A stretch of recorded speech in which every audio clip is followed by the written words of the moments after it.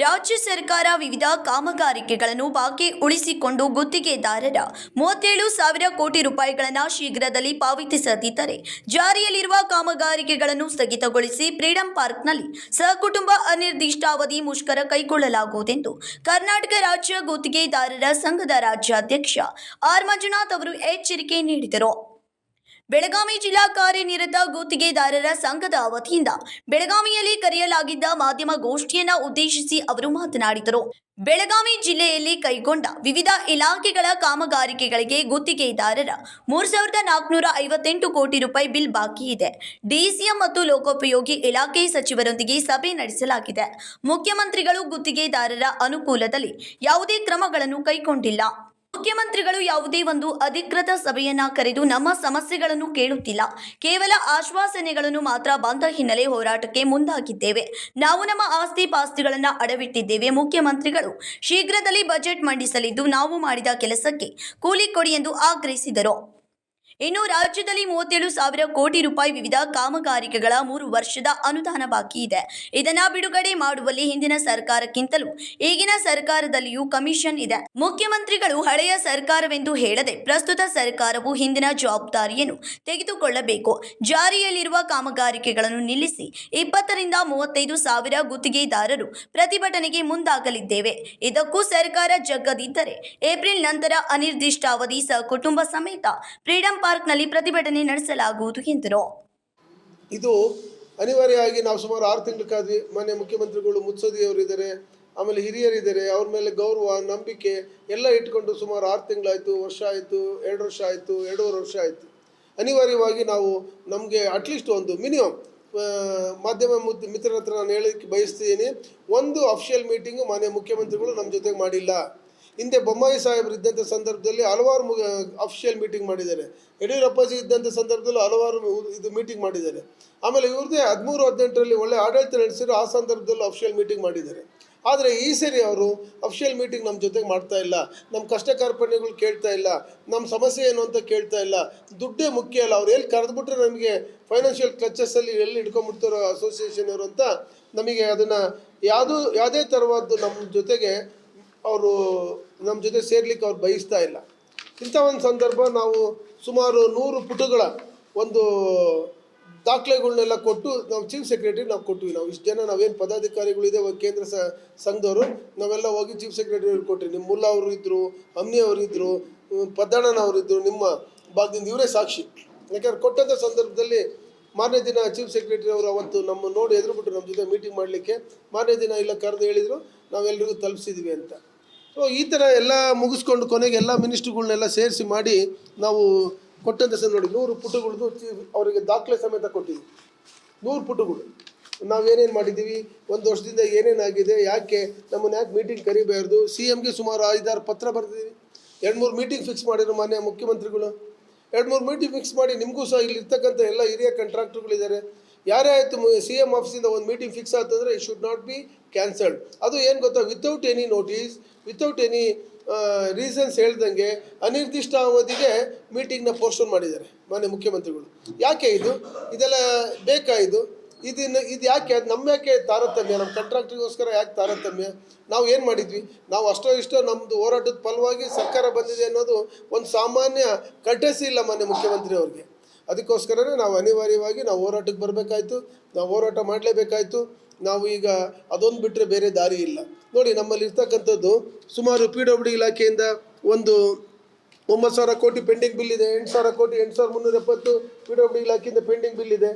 ಜಲಸಂಪನ್ಮೂಲ ಇಲಾಖೆ ಮಾನ್ಯ DCM ಸಾಹೇಬರು ಕರೆದು ನಮಗೆ ಸಾಂತ್ವನ ಹೇಳ್ತಾರೆ ಅಷ್ಟೇ ಹೊರತು ಪೇಮೆಂಟ್ ನಮ್ಮ ಬಗ್ಗೆ ಪೇಮೆಂಟ್ ಬಗ್ಗೆ ಆಗ್ತಿ ಬಿಡ್ರೆ, ಮಾಡ್ತೀನಿ ಬಿಡ್ರೆ, ಕೊಡ್ತೀನಿ ಬಿಡ್ರೆ ಅಂತ ನಾವು ಹೇಳ್ತಾರೆ ಹೊರತು 2 ವರ್ಷದಿಂದ ಮೇಜರ್ ಇರಿಗೇಷನ್ KNL ಕಾವೇರಿ ನೀರಾವರಿ ನಿಗಮ ಆಗಿರ್ಬೋದು, ಕೃಷ್ಣಾ ಬೇಸಿನ್ ಆಗಿರ್ಬೋದು, ಆಮೇಲೆ ಕರ್ನಾಟಕ ನೀರಾವರಿ ನಿಗಮ ಆಗಿರ್ಬೋದು, ನಮ್ಮದು VJNL ಆಗಿರ್ಬೋದು, ಯಾವುದಕ್ಕೂ ಪೇಮೆಂಟ್ಗಳು ಸರಿಯಾಗಿ ಕೊಡ್ತಾ ಇಲ್ಲ. ಈ ಸರ್ಕಾರದಲ್ಲಿ ಏನಾಗಿದೆ, ಎಲ್ಲ ಸ್ಪೆಷಲ್ LOC. ನಾವು ಇನ್ನು ಇತಿಹಾಸದಲ್ಲಿ ನನಗೂ 25-30 ವರ್ಷ ನಾನು ಇದರ ಅನುಭವದಲ್ಲಿದ್ದೀನಿ. ನಾನು ಪೀಸ್ ವರ್ಕಿಂದ ಬಂದಿರೋರು, ಇಲ್ಲಿ ಕುಂತಿರೋರು ಎಲ್ಲರೂ ಅಷ್ಟೇ. ನಾವೆಲ್ಲೂ ಸ್ಪೆಷಲ್ LOC ಯಾವ CM ಪೀರಿಯಡಲ್ಲೂ ನಾವು ಕೇಳಿರಲಿಲ್ಲ. ಇಲ್ಲೇನಾಗಿದೆ ಅಂದರೆ ಮಾನ್ಯ ಸಚಿವರುಗಳು ಸ್ಪೆಷಲ್ LOC ನೋ ಸೀನಿಯಾರಿಟಿ ಅಂತ ಇತ್ತು. ಆವಾಗ ನಾವುಗಳು ಗಲಾಟೆ ಮಾಡಿ ಸ್ಟಾರ್ಟಿಂಗಲ್ಲಿ ಇದು ಮಾಡಿ ಒಂದು ಹಂತಕ್ಕೆ ತಂದ್ವಿ.